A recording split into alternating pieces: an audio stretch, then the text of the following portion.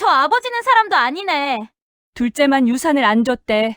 평생 둘째를 차별하고 냉정한 아버지라고 욕먹던 한 남자. 하지만 그 남자가 지금 천국 대기실 앞에 서 있습니다. 이곳은 천국 대기실입니다. 막 세상을 떠난 사람들이 잠시 머무는 곳입니다. 망자 김태수 74세 세 자녀 중 한 자녀에게만 유산을 남기지 않은 사람입니다. 이제 기록을 열겠습니다. 아버지의 장례식 사흘째 되는 날 오후였습니다. 장례식은 거의 마무리되어 가고 있었습니다. 조문객들은 대부분 다녀갔고 이제 남은 건 가족들 뿐이었습니다. 그리고 한 사람이 더 있었습니다. 변호사였습니다. 고인의 유언을 집행하게 된 법무법인 한결의 박성준 변호사입니다. 번거로우시겠지만 잠시 자리를 함께 해주시겠습니까? 가족들은 영정사진 앞 작은 방으로 모였습니다. 첫째 아들 민혁은 검은 양복을 단정하게 차려입고 있었습니다. 45살. 키가 크고 어깨가 넓었습니다. 표정은 무거웠지만 그 무게가 슬픔인지 다른 무엇인지는 알 수 없었습니다. 막내 아들 민재는 멀리서 급히 왔는지 넥타이가 약간 비틀려 있었습니다. 34. 형들에 비해 얼굴이 어렸고 눈이 빨갛게 부어 있었습니다. 울었던 것 같았습니다. 그리고 둘째 아들 민준이 있었습니다. 세 형제는 좁은 방에 나란히 앉았습니다. 고인 김태수 씨께서는 약 2년 전 본인이 건강할 당시에 유언장을 직접 작성하셨습니다. 공증도 마치셨고 저에게 집행을 위임하셨습니다. 방안이 고요해졌습니다. 유언의 내용을 지금 읽어드리겠습니다. 본 유언장은 본인 김태수가 정신적으로 온전한 상태에서 자의로 작성한 것임을 먼저 밝힙니다. 낮고 또렷한 목소리였습니다. 장남 김민혁에게는 경기도 광주시 소재 본인 명의의 아파트 한 채와 금융 자산 중 예금 1억 5천만 원을 유증합니다. 첫째 민혁의 표정이 미세하게 굳었습니다. 뭔가를 계산하는 것 같은 눈빛이었습니다. 차남 김민준에 대한 내용은 민준은 자신도 모르게 숨을 참았습니다. 당연히 자신의 이름이 나올 것이라고 생각했습니다. 사흘 동안 장례를 치르면서도 아버지가 자신을 어떻게 생각했는지 잘 몰랐지만 그래도 당연히 나올 것이라고 생각했습니다. 하지만 변호사는 그 문장을 마저 읽지 않았습니다. 삼남 김민재에게는 경기도 안산시 소재 단독주택 한 채와 금융 자산 중 예금 1억 원을 유증합니다. 민재가 눈을 크게 떴습니다. 그리고 변호사가 마지막 장을 넘겼습니다. 민주는 기다렸습니다. 아직 자기 차례가 안 온 것이라고 생각했습니다. 분명히 뒤에 나올 것이라고 생각했습니다. 하지만 변호사가 서류를 정리하기 시작했습니다. 이상으로 유언의 내용을 모두 읽어드렸습니다. 정적이 흘렀습니다. 민주는 그 정적 속에서 무언가가 무너지는 소리를 들었습니다. 소리 없는 소리였습니다. 그의 가슴 안쪽 어딘가에서 나는 소리였습니다. 그는 조용히 물었습니다. 저는요. 변호사가 고개를 들었습니다. 제 이름은 없습니까? 방안이 완전히 조용해졌습니다. 형 민혁도 막내 민재도 아무 말을 하지 않았습니다. 변호사는 잠시 민준을 바라보다가 천천히 고개를 끄덕였습니다. 네. 유언장에 차남 김민준 씨의 이름은 없습니다. 그 말이 공기를 가르고 민준의 귀에 박혔습니다. 없다. 없습니다. 이름이 없습니다. 민주는 아무 말도 하지 못했습니다. 눈이 따가워졌습니다. 하지만 울지 않았습니다. 아니, 울 수가 없었습니다. 무언가 너무 커다란 것이 가슴을 눌러서 눈물조차 나오지 않았습니다. 형 민혁이 헛기침을 했습니다. 막내 민재는 눈을 피했습니다. 장례식장 바깥에서는 여전히 조용하고 차가운 봄바람이 불고 있었습니다. 다시 처음으로 돌아가야 합니다. 민준이 태어나던 시절로 김태수는 경기도 안산에서 작은 금속 부품 공장을 운영했습니다. 공장이라고 해도 대단한 것은 아니었습니다. 직원이 15명 남짓 되는 동네 골목 안에 있는 작은 공장이었습니다. 건물은 낡았고 기계 소리는 늘 시끄러웠고 기름 냄새가 건물 밖까지 났습니다. 하지만 그 공장은 김태수의 전부였습니다. 그가 25에 빈손으로 시작해서 30년 넘게 지켜온 곳이었습니다. 부인 이순자는 아이 셋을 키우면서 공장 일도 함께 했습니다. 어머니는 늘 바빴습니다. 밥을 해도 바빴고 잠을 자도 바빴습니다. 아이들이 아플 때도 바빴습니다. 그래서 아이들은 대부분 스스로 컸습니다. 민혁이 태어났을 때 아버지는 기뻐했습니다. 우리 집 장남이다. 그 말에는 뚜렷한 무게가 있었습니다. 장남, 집안을 이어갈 아이. 아버지의 기대가 담긴 단어였습니다. 민혁은 어릴 때부터 그 기대를 먹고 자랐습니다. 공부를 잘하면 아버지가 칭찬했습니다. 역시 장남은 달라. 운동회에서 1등을 하면 아버지가 어깨를 두드렸습니다. 잘했어. 우리 민혁이. 아버지는 민혁 앞에서는 좀처럼 드러내지 않던 감정을 드러냈습니다. 그것이 자랑스러움이든 기대든 아니면 그저 장남에 대한 막연한 애정이든. 그리고 막내 민재가 태어났습니다. 민재는 늦둥이였습니다. 민준보다 7살 아래였습니다. 아버지와 어머니가 이미 40이 가까웠을 때 생긴 아이였습니다. 그래서인지 막내에게는 예전과 다른 감정이 담겼습니다. 어느 정도 삶이 안정되고 마음에 여유가 생겼을 때 온 아이였습니다. 부모는 민재를 보면서 웃었습니다. 이유 없이 웃었습니다. 이 녀석 좀 봐. 얼마나 귀여워. 막내니까 뭘 해도 예쁘지. 어머니는 민재를 안고 볼을 비볐습니다. 아버지는 민재가 옹알이를 할 때 공장 일을 멈추고 집에 들어오기도 했습니다. 막내는 그냥 태어난 것만으로 사랑받는 아이였습니다. 그 사이에 민준이 있었습니다. 민준이 태어났을 때 아버지는 물론 기뻐했습니다. 하지만 그 기쁨의 색깔이 달랐습니다. 장남을 낳았을 때의 그 벅차오름이 아니었고 막내를 낳았을 때의 그 부드러운 설렘도 아니었습니다. 그것은 그냥 평범한 기쁨이었습니다.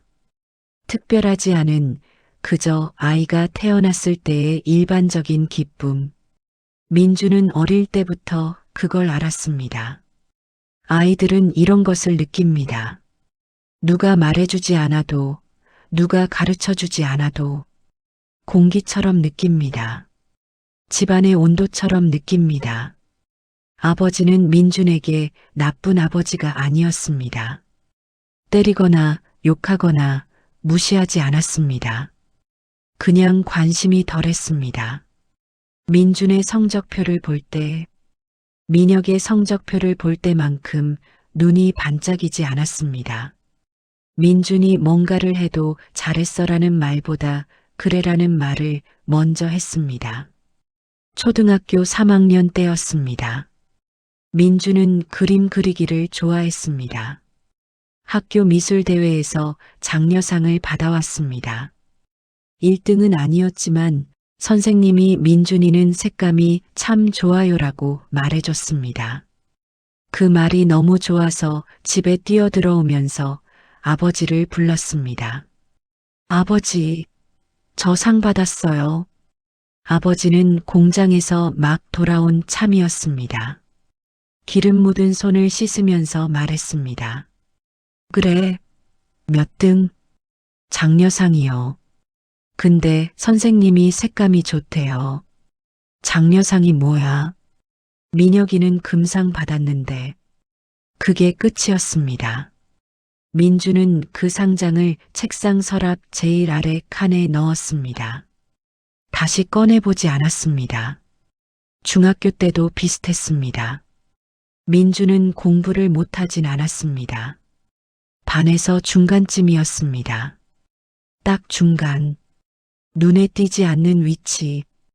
형 민혁은 항상 상위권이었고, 그래서 아버지의 기대는 항상 민혁에게 향해 있었습니다.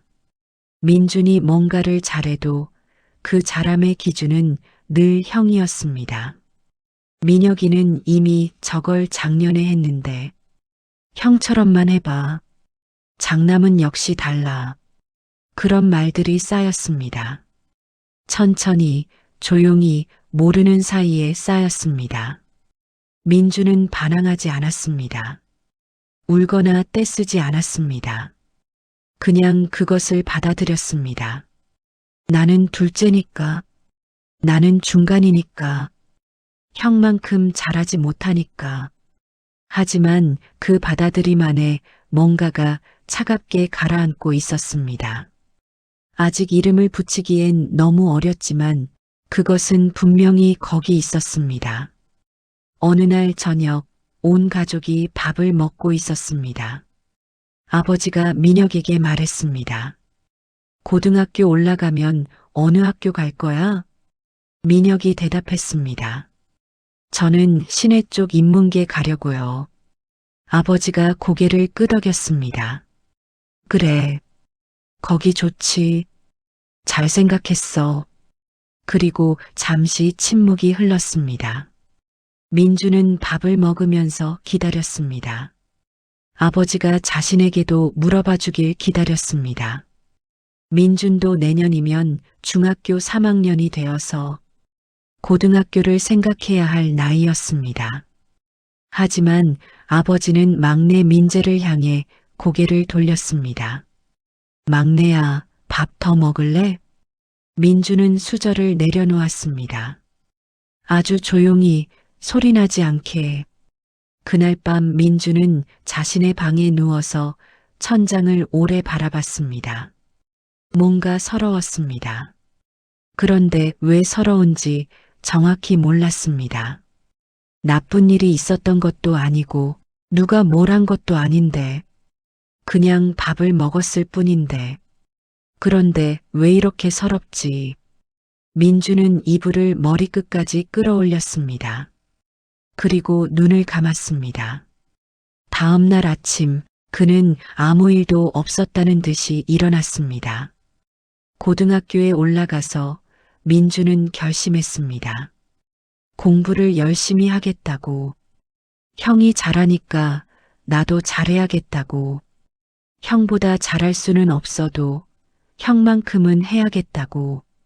어쩌면 아버지가 자신을 봐줄지도 모른다고. 어쩌면 민준이도 잘했어라는 말을 들을 수 있을지도 모른다고. 민주는 새벽까지 공부했습니다. 아무도 시키지 않았는데 학원비가 비싸다는 걸 알아서 학원도 다니지 않고 혼자 했습니다. 교과서를 10번씩 읽었습니다. 문제집을 처음부터 끝까지, 그리고 다시 처음부터. 그런데 그게 재미있었습니다.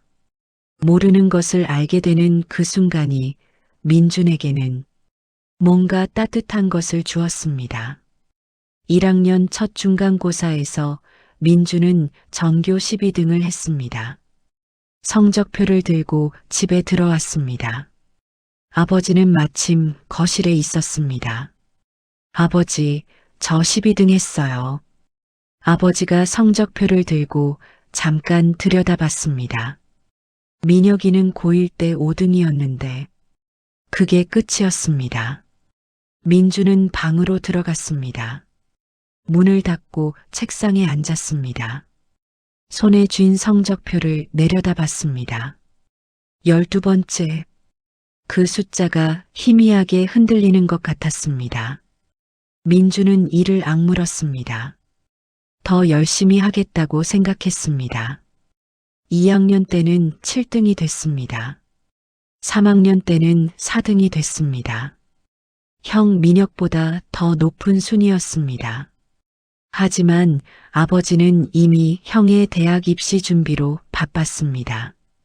민혁이 수시를 넣을 대학을 고르고 면접 준비를 돕고 원서를 검토하는 그 과정에서 아버지의 관심은 전부 민혁에게 쏠려 있었습니다. 민준의 4등은 아무도 특별히 기뻐하지 않았습니다. 어머니가 밥상을 차리면서 한마디 했습니다. 민준아, 4등이나 했어? 잘했네. 그나마 그게 전부였습니다. 그해 겨울, 민혁은 서울에 있는 대학교 경영학과에 합격했습니다. 아버지는 그날 저녁 치킨을 시켰습니다. 온 가족이 둘러앉아 먹었습니다. 장남이 서울 가면 우리 집 달라지지. 아버지가 웃으면서 말했습니다. 정말 오랜만에 보는 환한 웃음이었습니다. 민주는 치킨을 먹으면서 생각했습니다. 나는 어떡하지? 나는 어느 대학을 가야 하지? 나는 무엇을 해야 하지? 아무도 그 질문을 함께 고민해 주지 않았습니다. 민주는 혼자 대학교를 알아봤습니다. 점수에 맞춰, 형편에 맞춰 경기도 수원에 있는 대학교 기계공학과에 지원했습니다. 아버지가 공장을 운영하니까 공학을 공부하면 도움이 될 것 같아서, 아버지가 좋아할 것 같아서 합격 통보를 받은 날 민주는 아버지에게 말했습니다.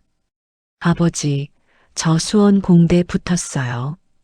아버지는 고개를 끄덕였습니다. 그래, 잘 됐네. 세 글자였습니다. 잘 됐네. 민주는 웃었습니다. 어색하게. 나중에 아버지 공장 도움될 것 같아서요. 아버지는 잠시 민준을 바라봤습니다. 무슨 생각을 하는지 알 수 없는 눈이었습니다. 그래. 그것으로 대화가 끝났습니다. 대학에 들어간 세 형제는 각자의 길을 걸었습니다. 민혁은 서울에서 잘 지냈습니다. 경영학과를 졸업하고 작은 무역회사에 취직했습니다.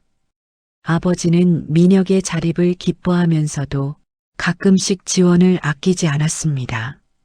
민혁이 결혼을 할 때는 전세 자금을 도와줬고 민혁이 회사를 옮길 때는 고깃집에서 저녁을 사며 격려해줬습니다. 민재는 고등학교를 졸업한 뒤 아버지의 도움으로 호주로 어학연수를 떠났습니다. 막내니까 영어 하나라도 제대로 배워두면 좋겠다고 아버지가 먼저 제안했습니다. 비용은 아버지가 전부 댔습니다. 민재는 2년 만에 돌아와서 대학에 입학했습니다. 그 역시 돌아왔을 때 아버지는 기뻐했습니다. 민주는 혼자 등록금을 마련했습니다. 장학금을 받았습니다. 1학년 때부터 아르바이트를 했습니다. 편의점에서 야간 알바를 했고 학교 도서관에서 사서 보조로 일했고 방학 때는 공사 현장에서 단순 노무를 했습니다. 힘들었습니다. 그런데 이상하게도 그게 나쁘지 않았습니다. 자기 힘으로 뭔가를 해나가는 것, 아무한테도 손 안 벌리고, 그게 민준에게는 묘한 자존감이 되었습니다. 4학년 때 취업 준비를 하면서도 민준은 혼자였습니다. 스펙을 만들고 자기소개서를 쓰고 면접을 보고 아버지는 한 번도 취업은 잘 되어 가냐고 물어보지 않았습니다. 어머니가 가끔 전화로 밥은 먹고 다니냐고 물었지만 그건 취업 이야기가 아니었습니다. 민주는 기계 부품 관련 중소기업에 취직했습니다. 대기업은 아니었습니다. 하지만 자신의 전공을 살릴 수 있는 곳이었습니다. 합격 통보를 받은 날, 민주는 혼자 편의점에 들어가서 캔맥주 하나를 샀습니다. 혼자 마셨습니다. 기뻤지만 함께 기뻐할 사람이 없었습니다. 그날 저녁 아버지에게 전화했습니다. 아버지, 저 취직했어요. 그래. 어디? 회사 이름을 말했습니다. 거기가 어딘데? 설명했습니다. 그래. 잘 됐네. 역시 세 글자였습니다. 민주는 전화를 끊고 맥주를 마저 마셨습니다. 맥주 맛이 조금 썼습니다. 시간이 흘렀습니다. 민주는 회사에 잘 적응했습니다. 기계 도면을 보는 눈이 생겼고 현장 감각도 길러졌습니다. 3년 차가 되었을 때는 후임들을 가르치는 역할도 맡았습니다. 그러면서 가끔 아버지의 공장에 가게 되었습니다. 처음에는 명절 때 갔습니다. 어머니를 보러. 그런데 공장 쪽으로 들어가 보면 아버지가 늘 뭔가를 고치고 있었습니다. 오래된 기계가 말썽을 피우면 아버지는 밤새 직접 잡으려 했습니다. 직원들이 다 퇴근하고 나서도 혼자 기름 묻혀가며 들여다봤습니다. 아버지, 제가 볼게요. 민준이 그렇게 말하면 아버지는 처음엔 됐어라고 했습니다. 하지만 민준이 덮어씌우듯 들여다보면 말없이 공간을 비켜줬습니다. 기계를 만지는 것은 민준이 대학에서 배웠던 것들과 연결됐습니다. 도면을 보고 원인을 찾는 것이 민준에게는 익숙한 일이었습니다. 기계가 고쳐지면 아버지가 말했습니다. 됐네. 그게 칭찬인지 확인인지 알 수 없었지만 민주는 그것으로 만족했습니다. 그렇게 조금씩 명절마다 방문 때마다 민주는 아버지의 공장 일을 도왔습니다. 아버지는 말이 없었습니다. 감사하다는 말도 잘한다는 말도 잘하지 않았습니다. 그냥 묵묵히 옆에 있었습니다. 그게 아버지 방식이라는 걸 민주는 알았습니다. 그래도 가끔은 그 말이 듣고 싶었습니다. 딱 한 번이라도. 민혁은 36살에 회사를 그만뒀습니다. 창업을 하겠다고 했습니다. IT 관련 스타트업이었습니다. 아버지에게 도움을 요청했습니다. 아버지, 초기 자금이 좀 필요해요. 5천만 원만 도와주세요. 아버지는 머뭇거렸지만 결국 돈을 빌려줬습니다. 아니, 빌려준 게 아니라 줬습니다. 사업은 2년 만에 어려워졌습니다. 직원들에게 줄 월급이 밀렸고 거래처와 문제가 생겼습니다.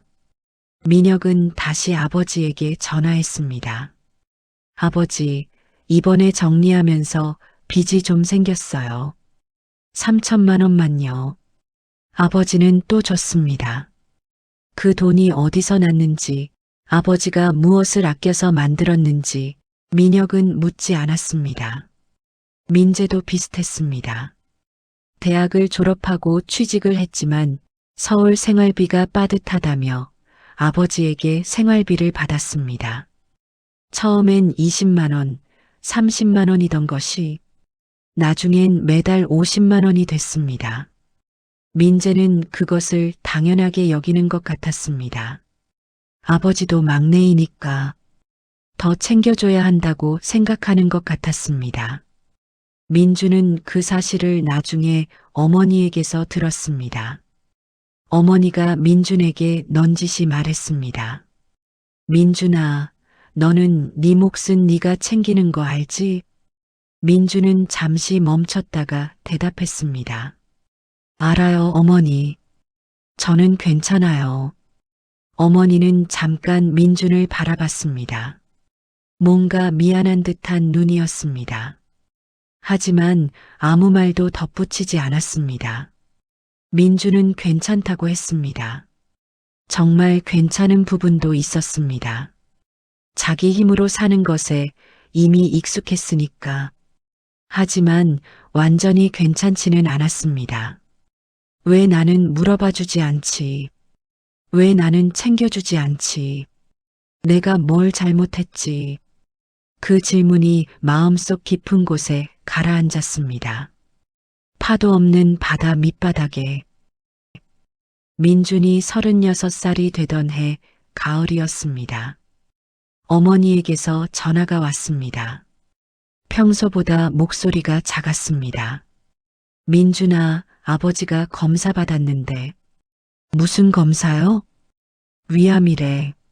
민준은 잠시 말이 없었습니다. 몇 기예요? 3기라고 하더라. 수화기 너머로 어머니의 숨소리가 들렸습니다. 민준은 그날 저녁 병원에 갔습니다. 형 민혁에게 전화했습니다. 민혁은 그래, 알겠어. 나도 곧 가볼게라고 했습니다. 막내 민재에게도 전화했습니다. 민재는 형, 나 입원 주는 일이 있어서 다음 주에 갈게라고 했습니다. 민준만 그날 바로 갔습니다. 병원 침대에 누운 아버지는 작아 보였습니다. 항상 기름 묻은 작업복을 입고 공장에 서 있던 아버지가 하얀 환자복을 입고 침대에 누워 있었습니다. 얼굴이 노랬습니다. 눈이 깊이 들어가 있었습니다. 민준이 들어가자 아버지가 눈을 떴습니다. 왔냐? 네. 그것이 두 사람이 나눈 첫마디였습니다. 민준은 옆에 있는 의자를 끌어당겨 앉았습니다. 아버지가 천장을 바라봤습니다. 민준도 잠시 천장을 바라봤습니다. 많이 아프세요? 그냥 그래. 수술은요? 다음 주에 한대. 민준은 수첩을 꺼냈습니다. 주치의에게 할 질문을 미리 적어왔습니다. 수술 방법, 항암 치료 일정, 식이요법, 회복기간. 회사에서 점심도 안 먹고 인터넷을 뒤지며 알아본 것들이었습니다. 아버지는 그 수첩을 힐끗 봤습니다. 아무 말을 하지 않았습니다. 다음 날 아침 민주는 주치의와 면담을 했습니다. 혼자였습니다. 형도 막내도 없었습니다. 의사가 설명하는 내용을 민주는 빠짐없이 받아 적었습니다. 수술은 다음 주 화요일. 수술 시간은 46시간. 3기라서 항암을 병행해야 할 수 있음. 경과에 따라 치료 계획이 달라질 것. 민주는 회사에 연차를 냈습니다. 수술 당일 병원에 있었습니다. 어머니와 나란히 대기실 의자에 앉아서 6시간을 기다렸습니다. 민혁은 수술이 끝난 뒤에 왔습니다. 민재는 이틀 뒤에 왔습니다. 아버지의 수술은 잘 됐습니다. 하지만 항암 치료가 시작되었고 그 과정이 길고 힘들었습니다. 아버지는 먹는 것을 힘들어했습니다. 구토가 심했고 체중이 눈에 띄게 빠졌습니다. 병원 간병은 민준이 맡았습니다. 아내에게 양해를 구했습니다. 아내는 처음에 걱정을 했지만 이해했습니다. 당신이 안 가면 아무도 안 가잖아요. 그 말이 맞았습니다. 월요일부터 금요일까지 민주는 회사를 다니고 퇴근 후에 병원에 들렀습니다. 아버지의 상태를 확인하고 간병인과 이야기하고 필요한 것을 챙겼습니다. 주말에는 종일 병원에 있었습니다. 어머니가 교대로 왔지만 어머니도 이제 나이가 있었고 몸이 성치 않아서 오래 있기 힘들었습니다. 민혁은 한 달에 한 번 정도 왔습니다. 올 때는 과일이나 음료를 사들고 왔습니다. 1시간쯤 있다가 갔습니다. 민재는 2달에 한 번 왔습니다. 아버지와 가장 많은 시간을 보낸 것은 민준이었습니다. 그 시간 동안 두 사람은 많은 말을 하지 않았습니다. 민준이 옆에 앉아서 책을 읽거나 노트북을 펴고 일을 하면 아버지는 천장을 보거나 눈을 감았습니다. 가끔 아버지가 목이 마르다고 하면 민준이 물을 가져다 줬습니다. 가끔 화장실에 가야 한다고 하면 민준이 부축했습니다. 말이 없는 시간이었지만 비어있는 시간은 아니었습니다. 한 번은 아버지가 조용히 물었습니다. 공장은 어때? 민준이 놀랐습니다. 공장 걱정을 하고 있었던 것입니다. 제가 가끔 들러서 확인하고 있어요. 직원들은 다들 잘 있어요. 이 반장님이 잘 챙기고 있고요. 아버지가 천천히 고개를 끄덕였습니다. 수고가 많네. 그 말이 너무 자연스럽게 나와서 민주는 처음에 잘못 들은 줄 알았습니다. 네. 하지만 아버지는 눈을 감아버렸습니다. 민주는 한동안 아버지의 얼굴을 바라봤습니다. 수고가 많네. 그 네 글자가 민준의 귀에서 오래 울렸습니다.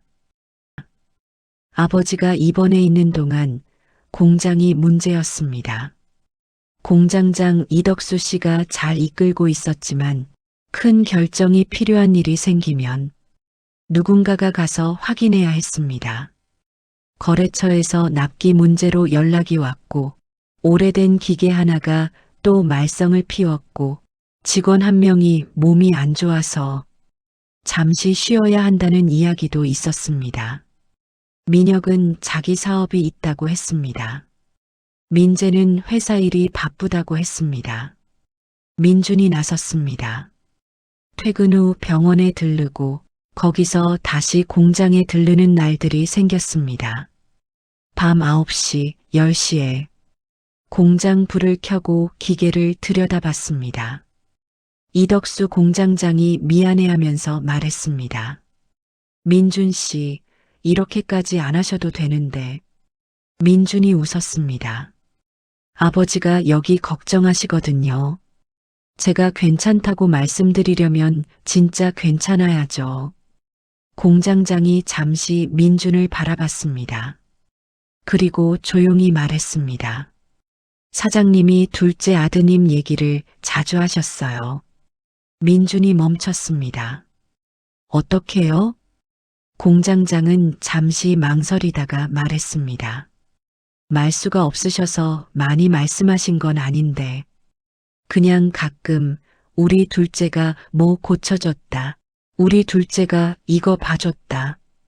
그런 말씀을. 민주는 그 말을 듣고 아무 말도 하지 못했습니다.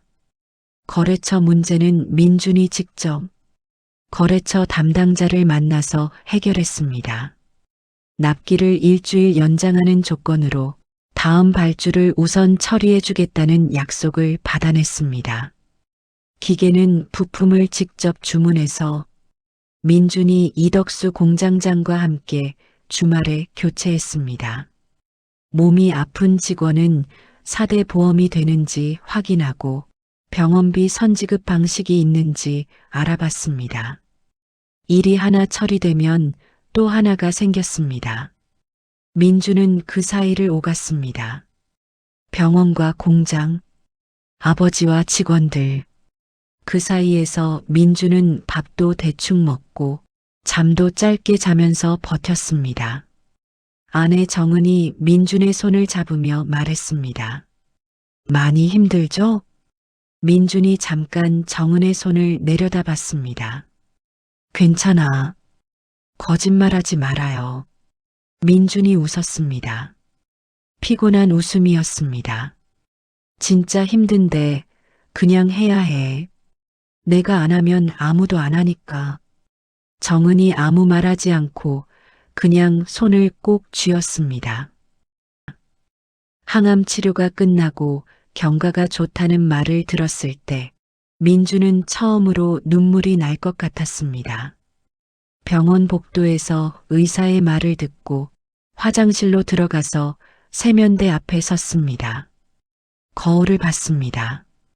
눈이 빨개져 있었습니다. 울고 싶었지만 울지 않았습니다.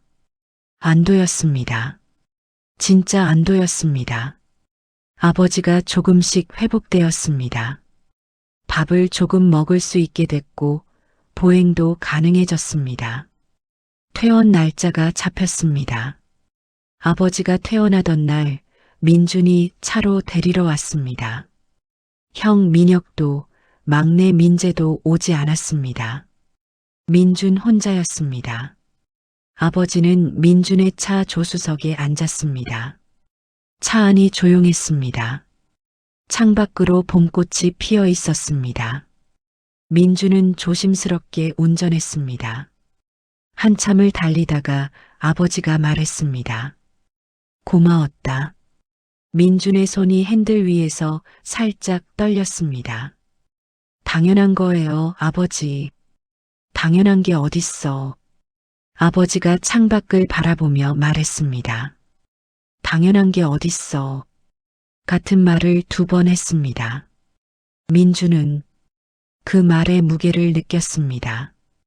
아버지가 이 말을 하는데 얼마나 오랜 시간이 걸렸는지. 집에 돌아온 뒤 아버지는 천천히 회복했습니다. 공장에 다시 나가기 시작했습니다. 처음엔 하루 몇 시간씩만 있다가 점점 늘렸습니다. 민준이 걱정해서 말했습니다. 아버지, 아직 무리하시면 안 돼요. 아버지가 민준을 돌아봤습니다. 공장이 내 몸이야. 그 말에 더 이상 말을 할 수 없었습니다. 그렇게 2년이 지났습니다. 아버지는 다시 쓰러졌습니다. 이번엔 암이 재발했습니다. 게다가 심장에도 문제가 생겼습니다. 의사가 조심스럽게 말했습니다. 이번엔 회복이 어려울 수 있습니다. 민주는 그 말을 혼자 들었습니다. 이번에도 혼자였습니다. 형 민혁은 새 사업을 시작했다고 했습니다. 막내 민재는 직장 때문에 자주 오기 어렵다고 했습니다. 민주는 이번엔 회사에 장기 휴직을 신청했습니다. 다행히 회사에서 받아줬습니다. 그 후 6달이었습니다. 민주는 아버지 옆에 있었습니다. 아버지의 손을 잡고 있을 때도 있었습니다. 아버지가 숨을 쉬기 힘들어할 때 간호사가 오기 전까지 곁에 있었습니다. 아버지가 통증으로 잠을 못 잘 때 민준도 함께 앉았습니다. 어느 날 밤 아버지가 눈을 뜨고 민준을 바라봤습니다. 민준아, 네 아버지, 너한테 못해준 게 많다. 민준이 고개를 저었습니다. 아니에요. 아니야. 많아. 아버지가 천장을 바라봤습니다. 형이랑 막내한테 해준 것들 너한테도 해줬어야 했는데 민주는 아무 말도 하지 못했습니다. 그거 알고 있었어? 민준이 잠시 있다가 대답했습니다. 조금은요. 아버지가 눈을 감았습니다. 미안하다. 그 3글자가 병실 안에 오래 떠 있었습니다. 민준의 눈이 뜨거워졌습니다. 하지만 울지 않았습니다. 아버지 앞에서 울고 싶지 않았습니다. 아버지, 저는 괜찮아요. 진짜로요. 아버지가 눈을 감은 채 말했습니다. 그래, 알아. 그리고 잠이 들었습니다. 그것이 아버지와 나눈 마지막 대화였습니다. 사흘 뒤 새벽 아버지 김태수는 조용히 눈을 감았습니다. 향년 74. 민준이 옆에 있었습니다. 아버지의 장례는 사흘 동안 치러졌습니다. 민주는 장례 전 과정을 혼자 이끌었습니다. 장례식장 선정, 영정 사진 준비, 음식 주문, 조문객 안내, 부의금 관리 각종 서류 처리. 하나하나가 모두 처음 해보는 일이었지만 민주는 하나씩 찾아가며 했습니다. 첫날 밤에 형 민혁이 왔습니다. 그리고 첫 마디가 이것이었습니다. 유언장은 언제 공개되는 거야?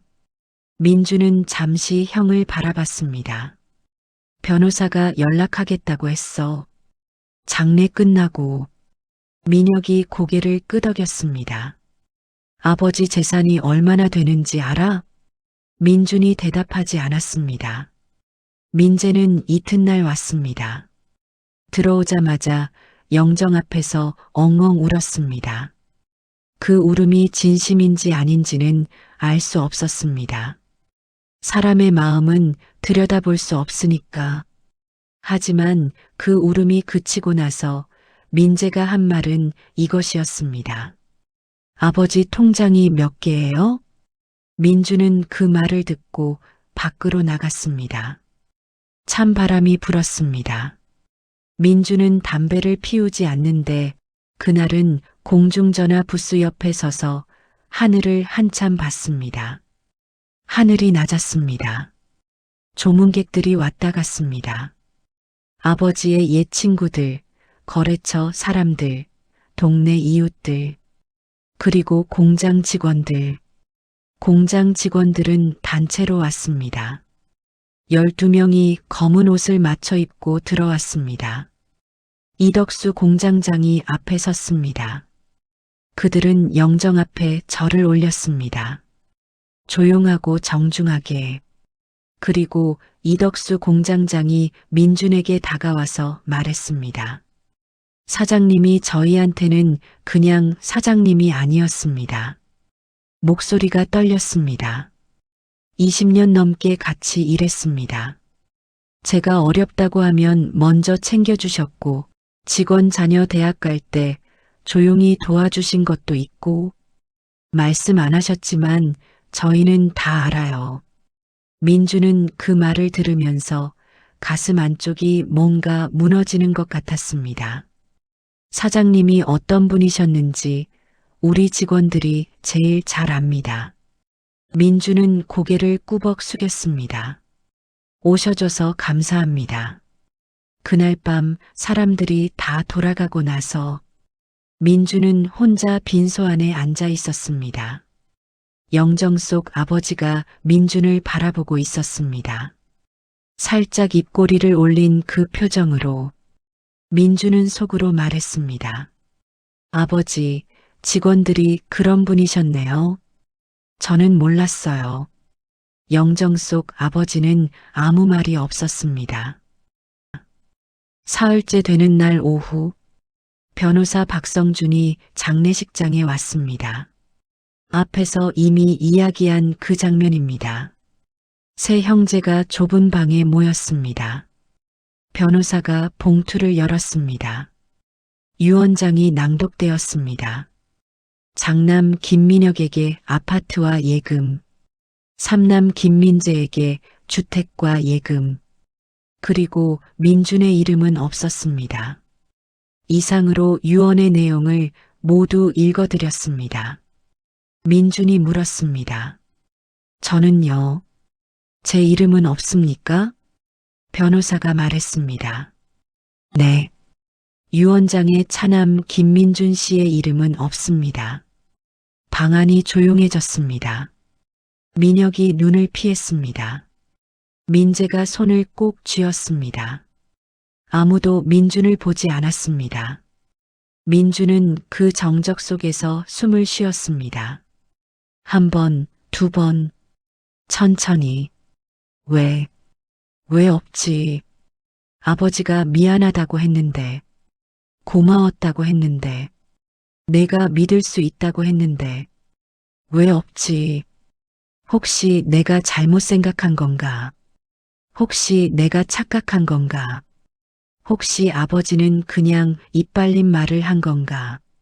민준의 눈이 뜨거워졌습니다. 하지만 울지 않았습니다. 이 자리에서만큼은 울고 싶지 않았습니다. 그때 변호사가 천천히 말했습니다. 잠깐만요. 모두가 변호사를 바라봤습니다. 변호사는 가방 안쪽을 손으로 더듬어 무언가를 꺼냈습니다.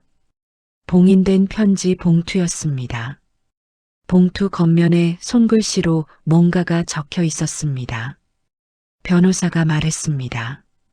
고인께서 유언장과 함께 별도의 편지를 남기셨습니다. 민혁이 앞으로 몸을 기울였습니다. 누구한테요? 변호사가 봉투를 들어 겉면을 보여줬습니다. 거기엔 이렇게 쓰여 있었습니다. 차남 민준에게. 방안이 다시 조용해졌습니다. 민혁과 민재는 서로를 한번 바라봤습니다. 민준은 봉투를 바라봤습니다.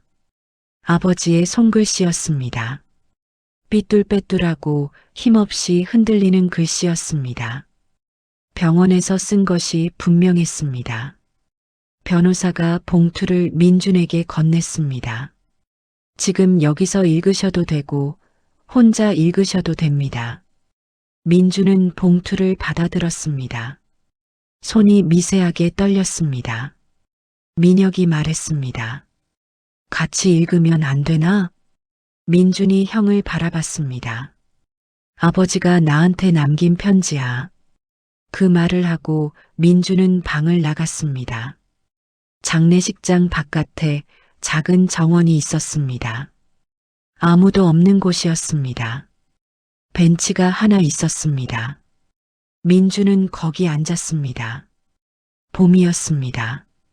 아버지가 처음 입원했던 것도 봄이었고, 아버지가 태어나던 날도 봄꽃이 피어 있었고, 이제 아버지의 장례식도 봄이었습니다. 민준은 봉투를 천천히 뜯었습니다. 안에 편지지가 2장 있었습니다. 아버지의 손글씨로 가득 차 있었습니다. 민준은 첫 줄부터 읽기 시작했습니다. 민준에게 이 편지를 쓰는 게 쉽지 않았다. 말을 잘 못하는 사람이 글도 잘 못 쓰더라. 그래도 해야 할 말이 있어서 쓴다. 너는 유언장에서 내 이름을 찾았을 것이다. 그리고 없다는 걸 알았을 것이다. 그 자리에서 얼마나 황당했을지 아비는 다 안다. 일부러 그랬다. 왜냐면 너한테 줄 것은 따로 있기 때문이다. 형한테는 아파트를 줬다. 막내한테는 집을 줬다. 돈도 줬다. 그게 아비할 도리 같아서. 근데 민준아, 너한테 돈을 주는 건 맞지 않더라. 너는 평생 스스로 해왔잖아. 아비가 아무것도 안 해줬는데 내가 스스로 다 했잖아. 그 사람한테 이제 와서 돈을 주는 건 그게 오히려 무례한 것 같았다. 민준아, 아비가 너한테 못해준 게 많다. 그건 알고 있다. 형이랑 막내한테는 해줬던 것들을 너한테는 못해줬다. 그때는 왜 그랬는지 잘 몰랐다. 지금 생각해보면 아비가 너를 가장 믿었던 것 같다. 뭘 해줘도 혼자 잘할 것 같아서, 아무것도 안 해줘도 될 것 같아서, 그게 너한테는 얼마나 서러운 일이었는지. 미안하다. 늦었지만 말하고 싶었다. 그리고 한 가지 더. 공장. 아비 공장 기억하지? 그 낡고 시끄러운 공장. 내가 명절마다 와서 기계 고쳐주던 곳. 내가 아비 아플 때 직원들 챙겨주던 곳. 그 공장을 너한테 맡긴다. 공장 건물이랑 설비, 그리고 거래처 계약 일체. 법적으로 처리하는 건 변호사 박 변호사가 도와줄 거다. 민준아, 그 공장에는 사람들이 있다. 이덕수 반장, 김현수, 박정호, 최승기, 다들 20년씩 거기 있던 사람들이다. 그 사람들 밥줄이 거기 달려 있다. 아비는 그게 제일 걱정됐다. 형한테 맡기면 팔아버릴 것 같았다. 막내는 멀리 있어서 관리를 못할 것 같았다. 근데 너는 이미 그 공장이 뭔지 알고 있잖아. 그래서 너한테 맡기는 거다. 부탁이다. 그 사람들 지켜줘라. 아비가 못다한 것 내가 대신 해줘라. 그리고 마지막으로 둘째라서 서름받은 거 아비는 다 알고 있었다. 말을 못했을 뿐이지. 항상 보고 있었다. 아비 눈에 민준이가 가장 든든했다. 가장 믿음직스러웠다. 그걸 왜 말을 못했는지 지금도 모르겠다. 아버지가 2024년 봄에 민주는 편지를 다 읽고 나서 잠시 그대로 있었습니다. 새가 울었습니다. 어디선가 봄새가 민준의 눈에서 눈물이 흘렀습니다. 한 방울이 볼을 타고 내려왔습니다. 그 다음 한 방울이 그 다음에는 멈추지 않았습니다. 민주는 편지를 가슴에 안았습니다. 손으로 꼭 눌렀습니다. 아버지가 알고 있었구나. 다 알고 있었구나. 말을 못했을 뿐이지. 그 말이 민준의 안에서 오래 울렸습니다. 파문처럼 퍼져나갔습니다. 얼마나 울었는지 모릅니다. 시간이 얼마나 지났는지도 모릅니다. 봄바람이 불고 꽃잎이 날리고 민주는 벤치에 앉아서 울었습니다. 아무도 없는 정원에서 안으로 돌아왔을 때 형 민혁이 물었습니다. 뭐라고 써 있었어? 민주는 편지를 접어 주머니에 넣었습니다. 아버지 말씀. 그래서 뭔데? 재산은 어떻게 된 거야? 민준이 변호사를 바라봤습니다. 변호사 박성준이 다시 가방을 열었습니다. 이번에는 다른 서류를 꺼냈습니다. 유언장 본문에는 포함되지 않았지만 공증된 별도 재산 이전 계약이 있습니다. 고인 김태수 씨께서는 경기도 안산시 소재 공장 건물 및 설비 일체 그리고 관련 영업권과 거래처 계약을 차남 김민준 씨에게 이전하는 계약을 작성하셨습니다. 민혁이 미간을 찌푸렸습니다. 공장이요? 네. 시가 기준으로 건물과 설비를 합산하면 상당한 가치가 있습니다. 다만 운영 주체가 되어야 하기 때문에 단순 자산 이전이 아닌 경영 승계의 형태입니다. 민혁이 잠시 말이 없었습니다. 민재도 말이 없었습니다. 민주는 그 침묵 속에서 편지의 내용을 다시 떠올렸습니다. 그 공장에는 사람들이 있다. 그 사람들 밥줄이 거기 달려 있다. 민준아, 그 사람들 지켜줘라. 민준이 고개를 들었습니다. 그리고 천천히 말했습니다. 알겠습니다. 장례식이 끝나고 며칠 뒤 민주는 공장에 갔습니다. 직원들이 모여 있었습니다. 이덕수 공장장을 비롯해서 오래된 직원들이 민준을 기다리고 있었습니다. 민준이 들어가자 이덕수 공장장이 먼저 말했습니다. 이제 어떻게 되는 겁니까? 민준이 직원들을 둘러봤습니다. 10여 명의 얼굴이 민준을 바라보고 있었습니다. 걱정이 담긴 눈들이었습니다. 공장이 팔리지 않을까 하는 걱정, 일자리가 없어지지 않을까 하는 걱정. 민준이 말했습니다. 아버지가 저한테 공장을 맡기셨습니다. 정적이 흘렀습니다. 당장은 제가 경험이 부족합니다. 하지만 이덕수 반장님이랑 여러분들이 지금까지 잘해오신 거 알고 있습니다. 같이 해나가고 싶습니다. 이덕수 공장장이 눈을 깜빡였습니다. 그리고 천천히 고개를 끄덕였습니다. 그 자리에서 오래된 직원 한 명, 김현수 씨가 말했습니다. 민준 씨, 사장님이 자주 말씀하셨어요. 민준이 돌아봤습니다. 둘째가 있어서 다행이라고요. 다른 말은 많이 안 하시는 분인데 그 말은 몇 번 하셨어요. 민준의 목이 막혔습니다. 공장 기계 고쳐줄 때마다, 직원들 챙겨줄 때마다 둘째가 있어서 다행이라고. 민준은 잠시 눈을 내리깔았습니다. 아버지가 다행이라고 했구나. 내가 있어서 다행이라고. 그 말이 너무 늦게 들어왔지만 들어왔습니다. 들어오긴 했습니다. 민준이 고개를 들었습니다. 열심히 하겠습니다. 직원들이 박수를 쳤습니다. 크고 요란한 박수가 아니었습니다. 조용하고 따뜻한 박수였습니다. 공장 일을 시작하고 한 달쯤 지났을 때 형 민혁이 전화했습니다. 야, 민준아. 공장 그냥 팔면 얼마나 돼? 건물값이랑 토지값이랑 합치면 꽤 되지 않냐? 민준이 잠시 있다가 말했습니다. 아버지가 팔지 말라고 하셨어. 아버지 돌아가셨잖아. 내 거잖아, 이제.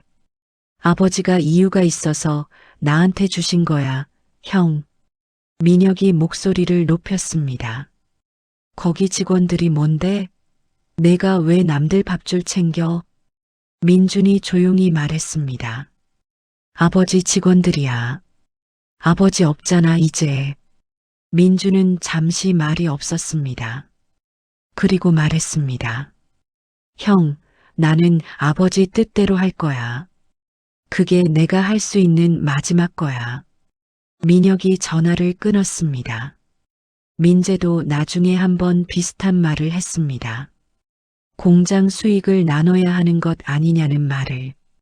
민주는 조용히 말했습니다. 아버지가 형이랑 너한테 따로 챙겨주셨잖아. 공장은 내 거야. 민재는 더 이상 말하지 않았습니다. 형제 사이는 조금 멀어졌습니다. 어쩌면 이미 멀었는지도 모릅니다. 그냥 공식적으로 확인된 것인지도 모릅니다. 민주는 그것이 슬프지 않다면 거짓말이었습니다. 하지만 그것 때문에 결정을 바꾸고 싶지는 않았습니다. 아버지가 부탁했으니까. 그 후 몇 년이 지났습니다. 민주는 공장을 지켰습니다. 처음엔 힘들었습니다.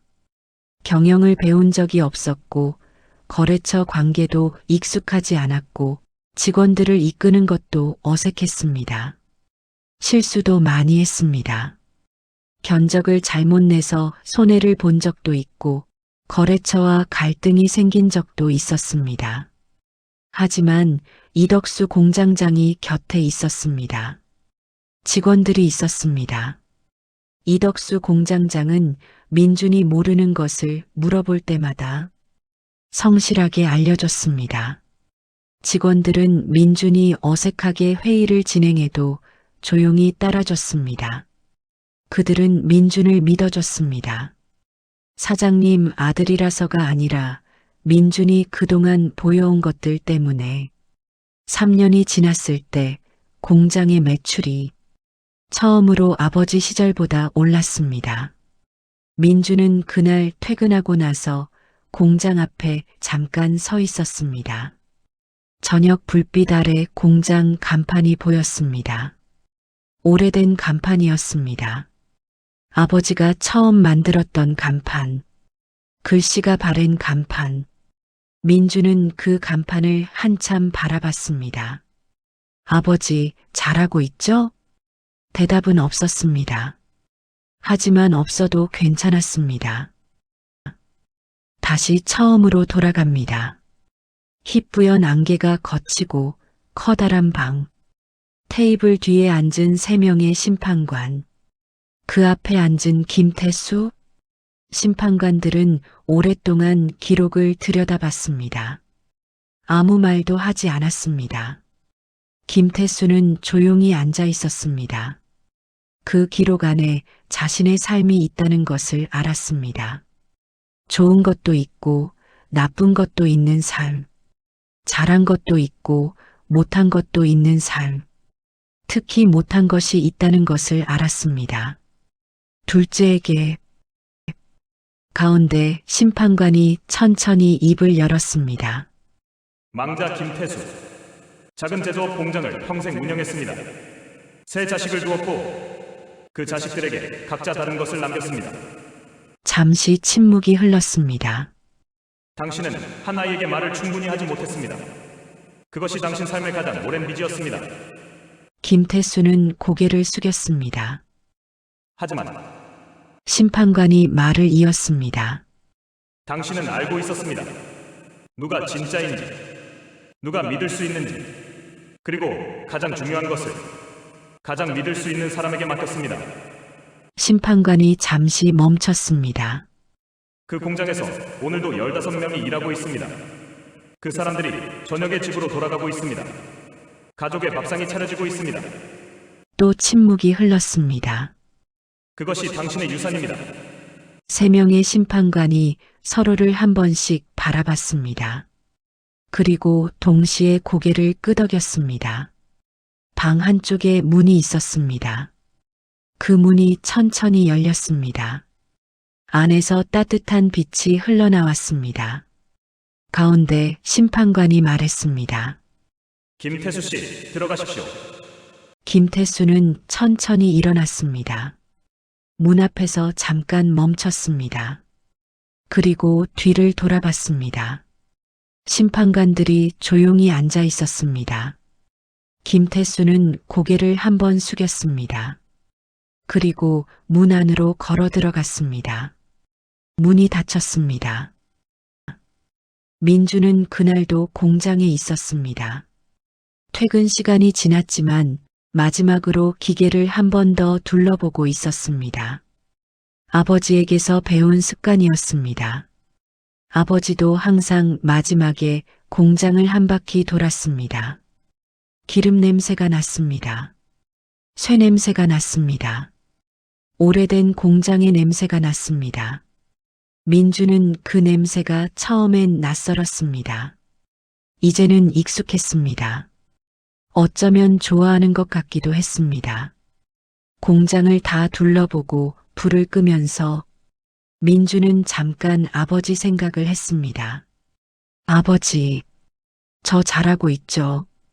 그리고 불을 껐습니다. 공장 문을 잠갔습니다. 골목 밖으로 나가면서 하늘을 한번 올려다봤습니다. 별이 많았습니다. 민주는 조용히 웃었습니다. 그리고 집으로 걸어갔습니다. 구독과 좋아요는 다음 사연을 이어가는 큰 힘이 됩니다. 감사합니다.